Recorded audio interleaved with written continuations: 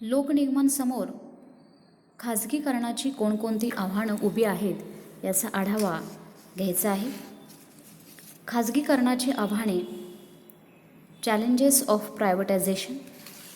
1990 नंतर भारतानं नवीन आर्थिक धोरणाचा स्वीकार केला, कारण भारतावर वाढत चाललेलं जागतिक बँकेचं कर्ज असेल, भारताजवळ संपत चाललेली परकीय गंगाजळी असेल आणि दिवसेंदिवस भारताची होत असलेली अधोगती, आर्थिक अवनती, यामुळं भारताला नवीन आर्थिक धोरणाचा स्वीकार करावा लागला. आणि यातीलच एक प्रमुख धोरण म्हणजे खाजगीकरणाचं होतं. आता या खाजगीकरणासमोर कोणकोणती आव्हानं आहेत याचा आढावा घेणं खूप गरजेचं आहे. 1980 नंतर जगातील बहुतेक राष्ट्रांनी आपल्या अर्थव्यवस्थेत खाजगीकरण म्हणजेच प्रायव्हेटायझेशन, उदारीकरण आणि जागतिकीकरण यासारखी नवनवीन तत्त्व स्वीकारली. आपल्या अर्थव्यवस्थेमध्ये त्यांनी या 3 तत्वांचा कमी अधिक प्रमाणामध्ये स्वीकार केलेला दिसतो. लोकनिगमांच्या संदर्भामध्ये आपल्याला खाजगीकरणाची आव्हानं कोणती आहेत यासंबंधीचा दृष्टिकोन अभ्यासायचा आहे. परंतु तत्पूर्वी आपल्याला खाजगीकरण, उदारीकरण आणि जागतिकीकरण या संकल्पना समजून घेणं खूप गरजेचं आहे. यातील पहिली आणि महत्त्वपूर्ण संकल्पना आहे ती म्हणजे खाजगीकरण. प्रायव्हेटायझेशन, खाजगीकरण म्हणजे सार्वजनिक उद्योगांच्या मालकीवर खाजगी मालकी प्रस्थापित करणे होय. व्यापक अर्थानं खाजगी व्यवस्थापन प्रस्थापित करणे तसेच सार्वजनिक उद्योग व्यवसायावर नियंत्रण ठेवणे म्हणजे खाजगीकरण होय. शासकीय कार्यालयामध्ये खाजगी हस्तक्षेपाद्वारे सुधारणा करणे आणि खाजगी क्षेत्रातील कार्यक्षमता व उत्पादन पद्धती अंमलात आणणे होय. खाजगीकरणाच्या प्रक्रियेद्वारा खाजगी क्षेत्राला सार्वजनिक क्षेत्राचे अधिकार सोपविले जातात. सार्वजनिक क्षेत्रातील उद्योगांचं किमान 50% भागभांडवल हे खाजगी क्षेत्राकडे हस्तांतरित केले जाते. खाजगीकरणाने उत्पादन क्षमतेमध्ये वाढ होते, उपभोक्त्यांना त्याचा अधिक लाभ होतो आणि याशिवाय खाजगीकरणानं ग्राहकांच्या हक्कांचं संरक्षण होतं, पर्यावरणाचं संरक्षण होतं. खाजगीकरणानं सार्वजनिक उद्योगातील तोटा कमी करता येतो. थोडक्यात खाजगीकरणानं उत्पादन अधिक कौशल्यानं आणि कमी खर्चात होऊ शकतं. खाजगीकरण केल्यानं साधनसंपत्तीचा अपव्यय देखील कमी होतो, बेकारी हटवता येते आणि भांडवल निर्मिती देखील या खाजगीकरणामुळे करता येते. म्हणून कमी अधिक देशांनी आपल्या अर्थव्यवस्थेमध्ये, आपल्या उद्योगधंद्यांमध्ये खाजगीकरणाचा मार्ग स्वीकारलेला आहे. म्हणजेच काय? खाजगीकरण म्हणजे सार्वजनिक उद्योगांच्या मालकीवर खाजगी मालकी प्रस्थापित करणे होय. दुसरं तत्व आहे ते म्हणजे उदारीकरण, लिबरलायझेशन. उदारीकरण म्हणजे आर्थिक क्षेत्रात मुक्त बाजार आणि मुक्त स्पर्धा यावर आधारलेली अर्थव्यवस्था होय. आर्थिक उदारीकरण म्हणजेच आयात आणि उत्पादन, गुंतवणुकीवरील अनिष्ट निर्बंध, नियंत्रणे, परवाने मोडीत काढणे होय.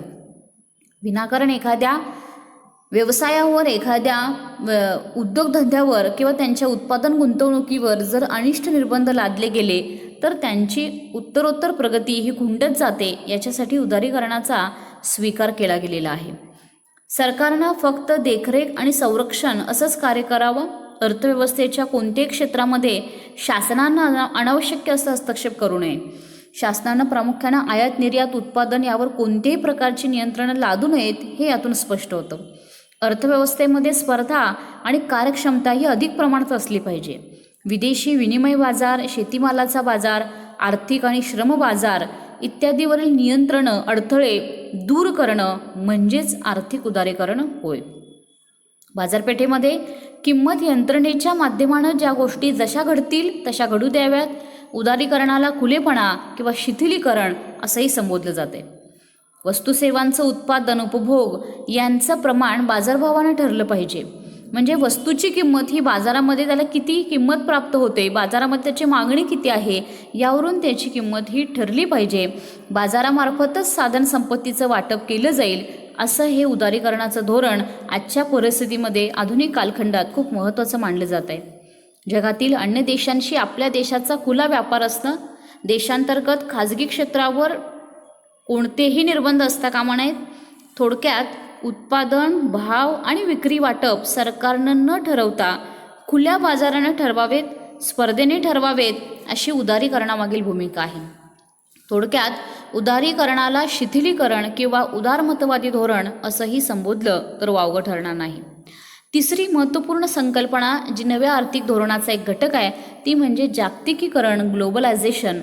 जागतिकीकरण ही आर्थिक एकीकरणाची प्रक्रिया आहे. राष्ट्राच्या राजकीय सीमेबाहेर आर्थिक व्यवहारांचा विस्तार करणं म्हणजे जागतिकीकरण होय. जागतिकीकरणाच्या प्रक्रियेमध्ये विविध देशांच्या आर्थिक व्यवस्थांचं परस्परावलंबन होत असतं. म्हणजेच काय तर एका राष्ट्रामध्ये जी वस्तू मोठ्या प्रमाणावर उत्पादित होते त्या वस्तूला इतर राष्ट्रांमध्ये मुक्त असा बाजार उपलब्ध करून देणं, याला जागतिक बाजारपेठ असं म्हणतात. आणि अशा प्रकारे ज्यावेळेला एका राष्ट्रातील बहुराष्ट्रीय कंपन्या दुसऱ्या राष्ट्रामध्ये आपला उद्योगधंदा प्रस्थापित करतात, तिथं आपले वस्तूंचं उत्पादन आणि वितरण करतात, त्यावेळेला जागतिकीकरणाचा प्रसार होत असतो. जागतिकीकरणाच्या संकल्पनेमध्ये व्यापार, भांडवल, तंत्रज्ञान या 3 घटकांना अधिक प्राधान्य दिलं जातं. सामान्यतः जागतिकीकरणाच्या संकल्पनेमध्ये मुक्त बाजार अर्थव्यवस्थेचा स्वीकार, अर्थव्यवस्थेवरील शासकीय नियंत्रण कमी करणं, सार्वजनिक क्षेत्रातील शासकीय उपक्रमांचं खाजगीकरण, विदेशी बहुराष्ट्रीय कंपन्यांच्या गुंतवणुकीला सर्व क्षेत्रामध्ये मुक्त प्रवेश देणं, आयातीवरील बंधने काढून टाकणं, निर्यातीला उत्तेजन देणं, चलनाची किंमत चलन बाजारातील चढउताराप्रमाणे ठरवणं, अशा प्रकारचं जागतिक बँक आणि नाणेनिधीनं जागतिकीकरणाचं स्वरूप स्पष्ट केलेलं आहे. जागतिकीकरणामुळं आर्थिक विकासाला प्रेरणा मिळते. जागतिकीकरणाच्या प्रक्रियेमुळं मुक्त व्यापार, गुंतवणुकीच्या मार्गांचं जगातील सर्व देश परस्परांच्या अधिक जवळ येत चाललेले आहेत.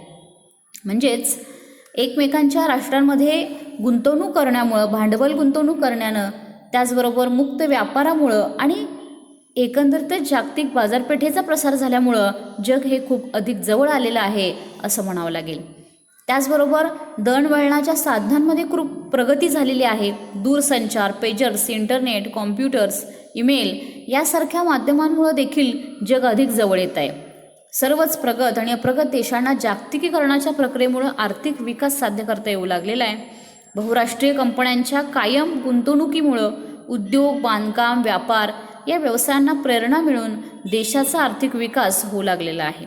म्हणजेच खाजगीकरण, उदारीकरण आणि जागतिकीकरण ह्या ज्या 3 संकल्पना आहेत, या 3 संकल्पनांना जगाच्या आर्थिक विकासाच्या दृष्टीनं महत्त्व प्राप्त झालेलं आहे.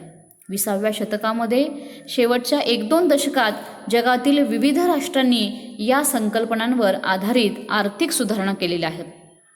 अनेक विकसनशील राष्ट्रांवर जागतिक बँक आणि नाणेनिधी यासारख्या आंतरराष्ट्रीय संस्था कर्ज देताना या आर्थिक सुधारणा करण्याच्या अटी लादत असताना दिसतात. भारताला देखील 1991 नंतर आपल्या आर्थिक व्यवस्थेमध्ये सुधारणा कराव्या लागलेल्या होत्या. म्हणजेच भारतामध्ये जे काही खाजगीकरण स्वीकारलं गेलं त्या खाजगीकरणासमोर कोणकोणती आव्हानं आहेत याचा, त्याचबरोबर लोकनिगम जे लोककल्याणाच्या भूमिकेतून आणि एका बाजूला नफ्याच्या भूमिकेतून काम करतायत त्यांच्यासमोर खाजगीकरणाची आव्हानं कोणती आहेत याचा आढावा घेणं गरजेचं आहे. तत्पूर्वी आपण ज्या 3 महत्त्वपूर्ण संकल्पना आहेत, एक म्हणजे खाजगीकरण, दुसरी उदारीकरण आणि तिसरी जागतिकीकरण याचा आढावा घेतलेला आहे. लोकनिगमांसमोरील खाजगीकरणाची आव्हानं. जागतिक व्यवस्थेमध्ये आज उदारीकरण आणि खाजगीकरणाचं तत्त्व हे सर्वच राष्ट्रांनी मान्य केलेलं आहे. परस्पर हिताच्या दृष्टिकोनातून राष्ट्रांनी आपली अर्थव्यवस्था ही इतर राष्ट्रांच्यासाठी खुली केलेली आहे. यामध्ये देशांतर्गत आयातीसाठी प्रोत्साहन देण्यात आलेलं आहे. भारतानं देखील आपली अर्थव्यवस्था बहुराष्ट्रीय कंपन्यांना खुली केलेली आहे. कारण भारतामध्ये जे उद्योगधंदे आहेत त्या उद्योगधंद्यांना शासकीय भांडवल हे कमी पडत चाललेलं आहे, अपुरं पडत चाललेलं आहे. यावेळेला बहुराष्ट्रीय ज्या कंपन्या आहेत, इतर राष्ट्रांमधील ज्या कंपन्या आहेत त्या आपल्या देशातील उद्योगधंद्यांना भांडवल पुरवठा करत आहेत. म्हणजेच या कंपन्यांचा उद्देश आपलं आर्थिक हित साध्य करण्याचं जरी असलं तरी दुसऱ्या बाजूने आपण विचार केला तर आपल्या राष्ट्राला देखील मोठ्या प्रमाणावर रोजगार उपलब्ध करून देऊन नवीन तंत्रज्ञानाचा परिचय हा भारताला करून दिलेला आहे या बहुराष्ट्रीय कंपन्यांनी. त्यामुळं खाजगीकरण आणि उदारीकरणाचा सामान्य माणसाच्या जीवनावर, सरकारी उद्योगधंद्यांवर व्यापक प्रमाणामध्ये प्रभाव पडलेला आहे. लोकप्रशासनामधील विशेषतः लोकनिगमांवर त्याचा अधिक प्रभाव पडलेला असं म्हणावं लागेल.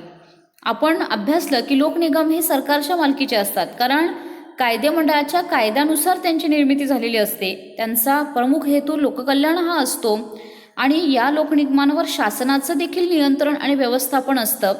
सार्वजनिक उत्तरदायित्व, सार्वजनिक प्रयोजन आणि वेगवेगळ्या प्रकारचे कार्य ही त्यांची काही वैशिष्ट्ये आहेत.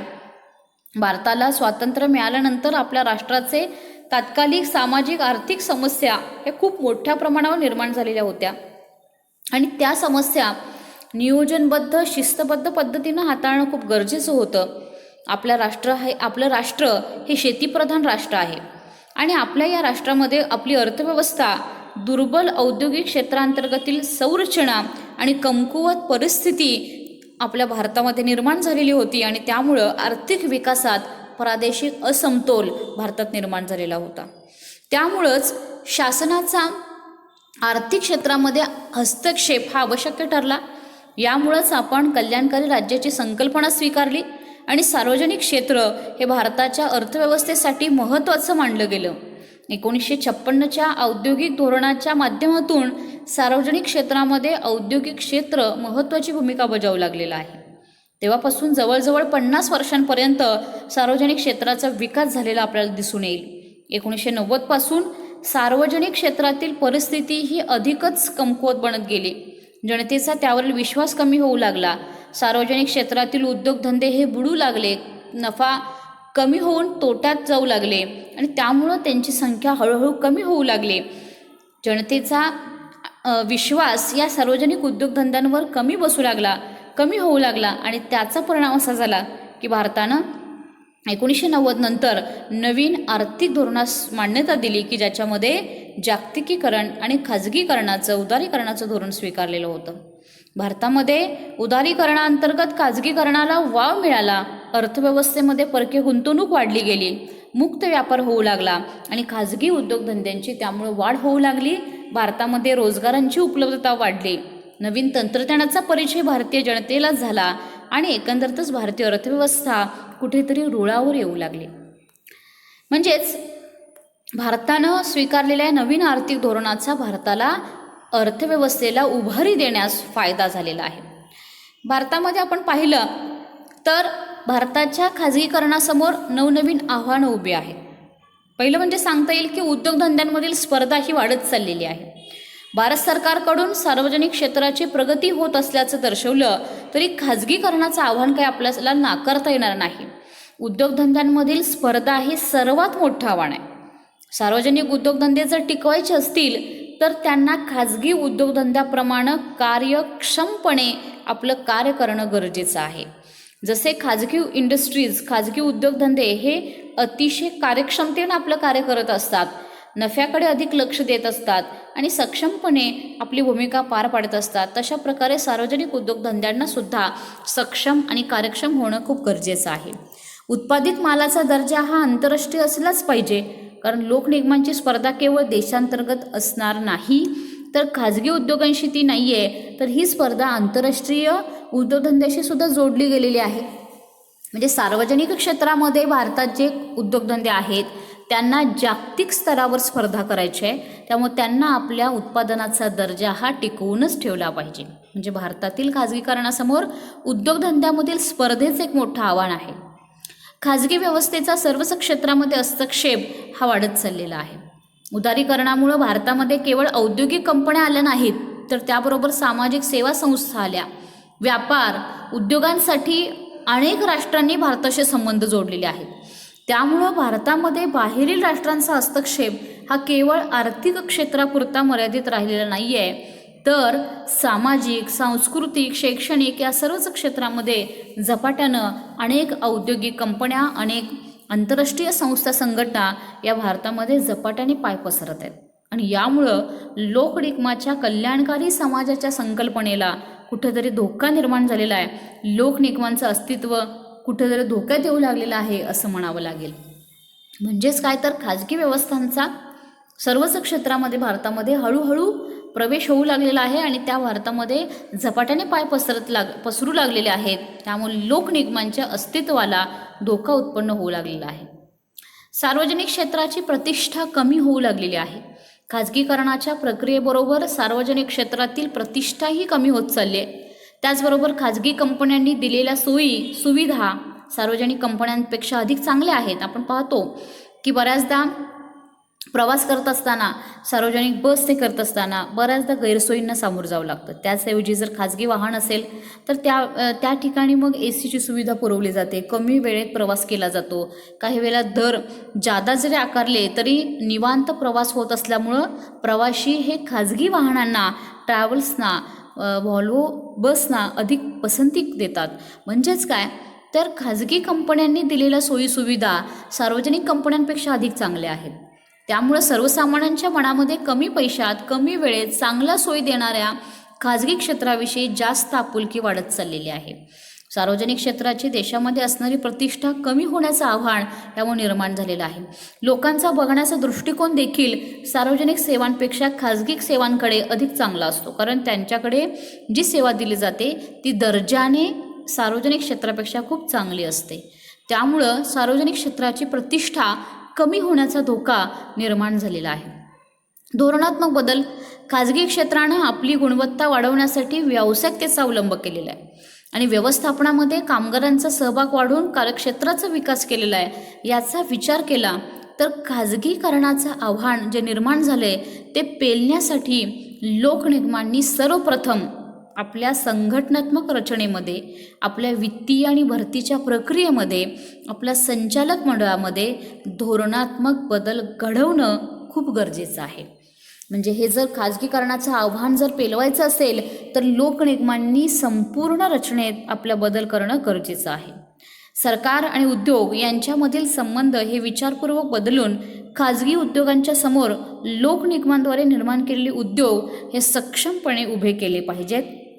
तरच भारतातील लोकनिगम व्यवस्था ही टिकून राहू शकेल आणि खाजगीकरणाचं आव्हानही पेलू शकेल. कार्यपद्धतीमध्ये बदल करणं खूप गरजेचं आहे.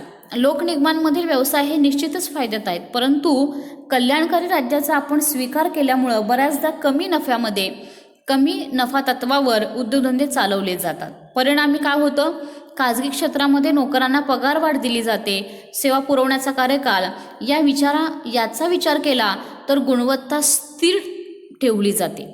आणि या आव्हानामुळं लोकनिगमांनी आपल्या धोरणामध्ये कुठंतरी लवचिकता आणून बदलत्या घडामोडींना प्रतिसाद देऊन कार्य करण्याच्या पद्धतीमध्ये बदल करून लोकनिगमांना काळाची आव्हानं पेलण्यास सज्ज केलं पाहिजे, बनवलं पाहिजे. म्हणजे जशा पद्धतीनं खाजगी उद्योगधंद्यांमध्ये लवचिकता असते, काळानुसार त्यांच्यात बदल केला जातो, मग भरती प्रक्रिया असेल किंवा उद्योगधंद्याचे नियम असतील हे बदलले जातात, तशा पद्धतीने लोकनिगमांनी सुद्धा काळ परिस्थितीनुसार आपल्या नियमांमध्ये, भरती प्रक्रियेत, आपल्या रचनेमध्ये बदल करणं हे गरजेचं आहे. नवे तंत्रज्ञान, नवे प्रशिक्षण याची सुद्धा वानवा ही लोकनिगमांमध्ये दिसून येते. म्हणजेच काय तर खाजगी उद्योगधंद्यांनी लोकनिगमांसमोर नवीन तंत्रज्ञान आणि कुशल कामगार यांच्या जोरावर जबरदस्त आव्हान निर्माण केलेलं आहे. आपण बघतो की सरकारी कार्यालयांमध्ये अद्यापही त्या टायपिंग मशीनवर टायपिंग केलं जातं बऱ्याचदा, किंवा हाताने काही दस्तऐवज हे निर्माण केले जातात. परंतु खाजगी क्षेत्र असेल तर, खाजगी उद्योगधंदा असेल तर त्या ठिकाणी, खाजगी फर्म असेल, कंपनी असेल तर त्या ठिकाणी संपूर्णतः कॉम्प्युटरायझेशन झालेलं असतं. किंबहुना प्रत्येक काम हे कॉम्प्युटरद्वारे चाललेलं असतं. म्हणजेच काय तर आधुनिक तंत्रज्ञानाद्वारे कमी खर्चात अधिक सेवा देण्याच्या क्रियेमुळं सर्वसामान्य नागरिकांच्या मनात देखील आशादायक चित्र निर्माण केलेलं आहे. आणि हे आव्हान समर्थपणे पेलण्यासाठी लोकनिगमांनी नवीन तंत्रज्ञानाचा स्वीकार करणं खूप गरजेचं आहे. जुन्या कर्मचाऱ्यांना नवीन प्रशिक्षण देणं, नव्या स्पर्धेसाठी त्यांना तयार करणं, सक्षम करणं हे आव्हान पेलण्यासाठी त्यांना समर्थ बनविणं हे खूप गरजेचं आहे आणि त्यांच्यासाठी मग ह्या नवीन तंत्रज्ञानाचं प्रशिक्षण उपलब्ध करून देणं हे खूप गरजेचं आहे. भारतामध्ये उदारीकरण आणि खाजगीकरणाच्या प्रक्रियेचा विशेषतः सार्वजनिक क्षेत्रावर नकारात्मक आणि सकारात्मक प्रभाव झालेला आहे. भ्रष्टाचार, अकार्यक्षमता अशा नकारात्मक स्वरूपात प्रभाव झालेला असला तरी जर आपण सकारात्मक दृष्टीने विचार केला तर ह्या स्पर्धेतून सार्वजनिक क्षेत्रांची ही आव्हानं स्वीकारल्यास सार्वजनिक क्षेत्रामध्ये निश्चितपणे खूप मोठा बदल होऊ शकेल आणि भारताच्या कल्याणकारी राज्याचं उद्दिष्ट त्यातून पूर्ण होण्याची दाट शक्यता आहे. म्हणजेच आपण ह्या नवीन धोरणाकडे, या खाजगीकरण, उदारीकरण, जागतिकीकरणाच्या संकल्पनांकडे एक आव्हान म्हणून पाहिल्यास आणि लोकनिगमांनी आपल्यामध्ये आवश्यक ते बदल केल्यास ही खाजगीकरणाचे ते आव्हाने पेलू शकतील आणि आपल्या भारताचं कल्याणकारी राज्याचं उद्दिष्ट पूर्ण करू शकतील. भारतातील खाजगीकरण म्हणजेच प्रायव्हेटायझेशन इन इंडिया याच्याविषयी आपल्याला आढावा घ्यायचा आहे. जगातील अन्य विकसनशील राष्ट्रांप्रमाणेच भारत सरकारला शासकीय उत्पन्न आणि खर्च यांचा मेळ घालता न आल्यामुळंच भारताच्या अर्थसंकल्पामध्ये सातत्यानं तूट येत होती आणि ही तूट जी येत होती ती भरून काढण्यासाठी भारतामध्ये चलनवाढ करण्यात आली. म्हणजे रुपया हा वाढवण्यात आला, त्याची किंमत वाढवण्यात आली आणि त्यामुळं बऱ्याच वस्तूंच्या किमती देखील वाढल्या, निर्यात कमी झाली आणि आयात वाढली. त्यामुळं काय झालेलं आहे, परकीय व्यापारामध्ये तूट निर्माण झाली आणि ही तूट भागवण्यासाठी भारताला मग जागतिक बँक असेल, नाणेनिधी असेल यांच्याकडून कर्ज घ्यावं लागलं. 1980 साली भारतानं नाणेनिधीकडून साधारणपणे $500 कोटी कर्ज घेतलेलं होतं आणि त्या बदल्यामध्ये भारतानं आपल्या शासकीय उद्योगधंद्यांचं क्षेत्र हे कमी करून खाजगी भांडवलदारांना अधिक संधी दिलेली होती. म्हणजे आंतरराष्ट्रीय व्यापाराला चालना द्यावी अशी अपेक्षा खुद्द जागतिक बँक आणि नाणेनिधीनंच व्यक्त केलेली होती. कर्जप्राप्तीनंतर भारत सरकारनं किमतीवरील नियंत्रणं काढून टाकली. आयातीवर जी निर्बंध होते भारतामध्ये तेही शिथिल केले, कमी केले. शासकीय उद्योगांना मिळणाऱ्या आर्थिक मदतीमध्ये कपात करण्यात आली आणि निर्यातीसाठी उत्पादन करणारे जे उद्योगधंदे आहेत त्या उद्योगधंद्यांना अधिकाधिक उत्तेजन भारतानं दिलेलं आहे. म्हणजे जागतिक बँका आणि आंतरराष्ट्रीय नाणेनिधी यांच्याकडून आपण कर्ज स्वीकारल्यानंतर त्यांनी जे नियम किंवा अटी आपल्याला लादलेल्या होत्या त्याचा कमी अधिक प्रमाणात अवलंब आपल्याला करावा लागलेला आहे. 1985 साली या धोरणाची अंमलबजावणी सुरू होऊन परकीय भांडवलाच्या आयातीवरील निर्बंध हे कमी करण्यात आले. मक्तेदारी नियंत्रण कायदा लागू होण्यासाठी लागणारी उद्योगातील भांडवलाची किमान मर्यादा ही वाढवण्यात आली. वस्तूवरील करांमध्ये घट घडवून कच्च्या मालाच्या किमती आणि पक्क्या मालाच्या किमती यातील मूल्यवाढीवर कर लावण्यात आला. म्हणजे जागतिक नाणेनिधीकडून कर्ज मिळाल्यानंतर देखील आर्थिक परिस्थितीमध्ये काही फारशी सुधारणा झालेली नव्हती. आयातीवरील निर्बंध कमी झाल्यानं आयात वाढत गेली होती, त्या मानानं निर्यात वाढत गेली नाही. परकीय व्यापारामध्ये तूट वाढतच राहिली आणि देशाचं कर्ज हे $1270 कोटी वरून $5730 कोटी एवढं वाढलं. त्यामुळं पुन्हा भारताला जागतिक बँकेकडे कर्ज मागण्याची वेळ आली. जागतिक बँकेनं सुचवलेली नवीन आर्थिक धोरणं आणि अटी स्वीकारल्या तरच त्यांनी भारताला कर्ज देण्याचं मान्य केलं, अन्यथा भारताला कर्ज नाकारलेलं होतं. म्हणजेच 1991च्या दरम्यान भारताला जागतिक बँकेनं कर्ज देण्याचं नाकारल्यानं कर्जदाराची विश्वासार्हता ठरवणाऱ्या आंतरराष्ट्रीय संस्थांनी देखील भारताची विश्वासार्हता कमी झाल्याचं मान्य केलं होतं, जाहीर केलेलं होतं. म्हणजेच भारताची परिस्थिती ही दिवसेंदिवस ढासळत चालली होती. भारतीय अर्थव्यवस्थेसमोर एक नवीन आव्हान उभं होतं की भारतीय अर्थव्यवस्थेची विश्वासार्हता कशी वाढवायची. लोकांनी आपल्या ठेवी भारतीय बँकांमधून काढून घ्यायला सुरुवात केलेली होती, कारण भारतीय अर्थव्यवस्थेची विश्वासार्हता कमी झाली होती. लोकांचाही विश्वास हळूहळू ढासळत चाललेला होता. $95 कोटी ठेवी अवघ्या 3 महिन्यामध्ये काढण्यात आल्या. लोकांनी त्या काढून घेतल्या बँकांमधून. दरम्यान भारत सरकारनं रिझर्व्ह बँकेकडील 67% सोनं जे होतं ते विकलं आणि परकीय चलन मिळवलं. परंतु सोनं विकूनही हा प्रश्न काही सुटला नाही आणि अखेर भारत सरकारला जागतिक बँकेनं ज्या अटी लादलेल्या होत्या त्या अटी मान्यच कराव्या लागल्या. त्याशिवाय जागतिक बँक तर कर्ज देणार नव्हती आणि त्यामुळं जागतिक बँक आणि नाणेनिधी याबरोबर झालेल्या कराराची अंमलबजावणी ही भारतामध्ये जुलै 1991 पासून सुरू झाली. म्हणजे भारताला आपली परकीय तूट भरून काढण्यासाठी, त्याचबरोबर आपल्या अर्थव्यवस्थेला उभार देण्यासाठी जागतिक बँकेच्या अटी मान्य करून तिच्याकडून कर्ज घ्यावं लागलं आणि हा जो करार झाला त्या कराराची अंमलबजावणी भारतामध्ये जुलै 1991 पासून झाली. 1980 नंतर भारतामध्ये सुद्धा खाजगीकरणाची लाट निर्माण झालेलीच होती. भारतातील राष्ट्रीयकृत उद्योगधंदे काही तोट्यात चाललेले होते. त्यामुळं आर्थिक सुधारणा कशी घडून आणावी असा विचार भारतामध्ये सुरू होता आणि 1991 अखेर भारतामध्ये जवळपास 246 सार्वजनिक उद्योगधंदे चालू होते. त्यापैकी काहीच उद्योगधंदे हे नफ्यामध्ये चालत होते, त्यांना नफा होत होता, परंतु बाकीचे सगळेच उद्योगधंदे हे तोट्यामध्ये निघाले होते. हा तोटा कसा भरून काढायचा याच्यासाठी भारत शासनानं दरवर्षीच्या अंदाजपत्रकामध्ये जवळपास 7,000 कोटी रुपयांची तरतूद केलेली होती.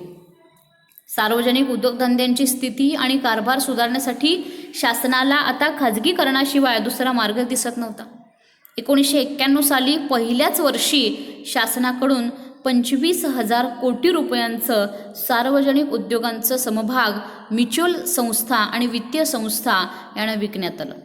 म्हणजे जागतिक बँकेनं जे खाजगीकरणाचं नवीन आर्थिक धोरणाचं भारताला अट घातलेली होती, त्या अटी अंतर्गत भारतानं पहिल्याच वर्षी ज्या वेळेला कराराची अंमलबजावणी सुरू झाली 1991 साली, त्यावर्षी 25,000 कोटी रुपयांचे सार्वजनिक उद्योगांचे समभाग हे खाजगी कंपन्यांना, वित्तीय संस्थांना विकलेले होते आणि शासकीय क्षेत्रासाठी फक्त 8 राखीव उद्योग तेवढे ठेवलेले होते. म्हणजे भारतानं 1991 नवीन औद्योगिक धोरणानुसार काही महत्त्वपूर्ण निर्णय घेतले. सार्वजनिक उद्योगांसाठी ते खूप महत्त्वपूर्ण होते. ते निर्णय कोणते होते? तर त्यातला पहिला निर्णय असा होता की सार्वजनिक क्षेत्रातील राखीव क्षेत्रासाठी केवळ 17 उद्योगधंदे ठेवण्यात आले होते.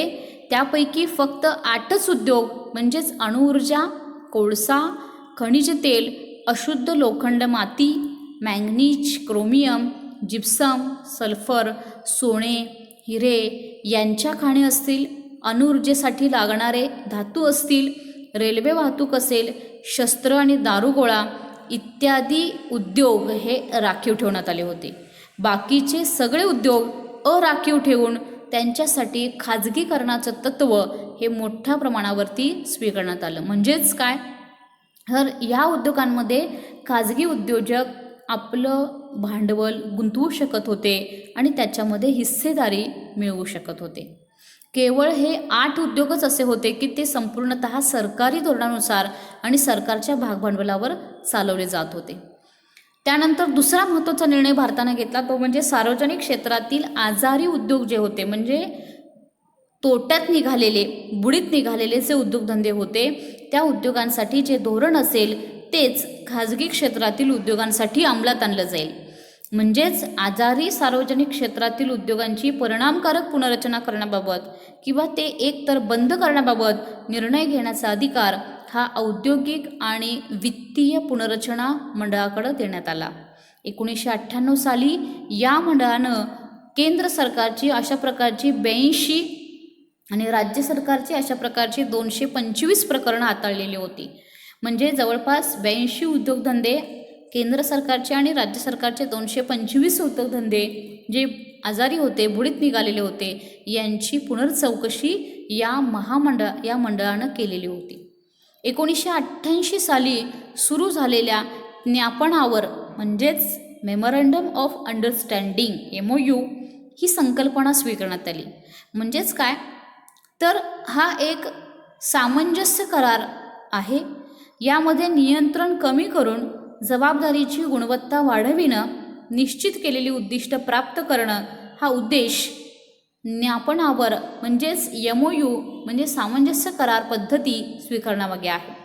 ज्ञापनावर पद्धतीमुळं काय होतं, सार्वजनिक उद्योगाचा दर्जा उत्कृष्ट, अतिशय चांगला, न्याय्य किंवा अपूर्ण या पद्धतीनं समजून येतो. 1997-98च्या अर्थसंकल्पामध्ये सार्वजनिक क्षेत्रातील 9 उत्कृष्ट कार्यक्षमता असणाऱ्या उद्योगांना नवरत्नाचा विशेष दर्जा देण्यात आला. त्यांचा पूर्ण आर्थिक आणि व्यावसायिक स्वायत्तता त्यांना देण्यात आलेली होती. भांडवल उभारणे असेल, भांडवली खर्च करणं असू दे, व्यवस्थापन यासंबंधी आर्थिक योजना आणि कार्यात्मक स्वायत्तता यावेळी जाहीर करण्यात आलेली होती. म्हणजेच खाजगी उद्योगांप्रमाणे सार्वजनिक क्षेत्रात सुद्धा स्पर्धा वाढीस लागावी, सार्वजनिक उद्योगांचा दर्जा वाढावा, गुणवत्ता वाढावी याच्यासाठी काही विशेष दर्जा काही उद्योगांना देण्यात आला. उदाहरणार्थ नवरत्नाचा विशेष दर्जा. यानंतर भारतातील खाजगीकरणासंदर्भात भारतानं घेतलेला एक महत्त्वपूर्ण निर्णय म्हणजे भारतातील खाजगीकरणाच्या कार्यक्रमाचं प्रमुख सूत्र म्हणजे नफा मिळवणाऱ्या सार्वजनिक उद्योगांचे निवडक संख्येत शासकीय भागांची निर्गुंतवणूक करणे हे होते. नवीन आर्थिक धोरणानुसार सरकारनं 1991-92 मध्ये निर्गुंतवणुकीचा कार्यक्रम जाहीर केलेला होता. परंतु सरकारला याप्रमाणे काही अपेक्षा जी होती त्या अपेक्षेप्रमाणे काही यश प्राप्त झालं नाही. सरकारला वाटत होतं की आपण हा कार्यक्रम जाहीर केल्यानंतर आपल्याला अधिकाधिक संख्येमध्ये प्रतिक्रिया मिळतील, प्रतिसाद मिळेल. परंतु सरकारला त्याच्या निर्धारित लक्ष्यापेक्षा कमी रक्कम ही निर्गुंतवणुकीपासून मिळालेली होती. सार्वजनिक क्षेत्रातील उद्योगाच्या समभागाची निर्गुंतवणूक होण्यासाठी सरकारनं 1993 साली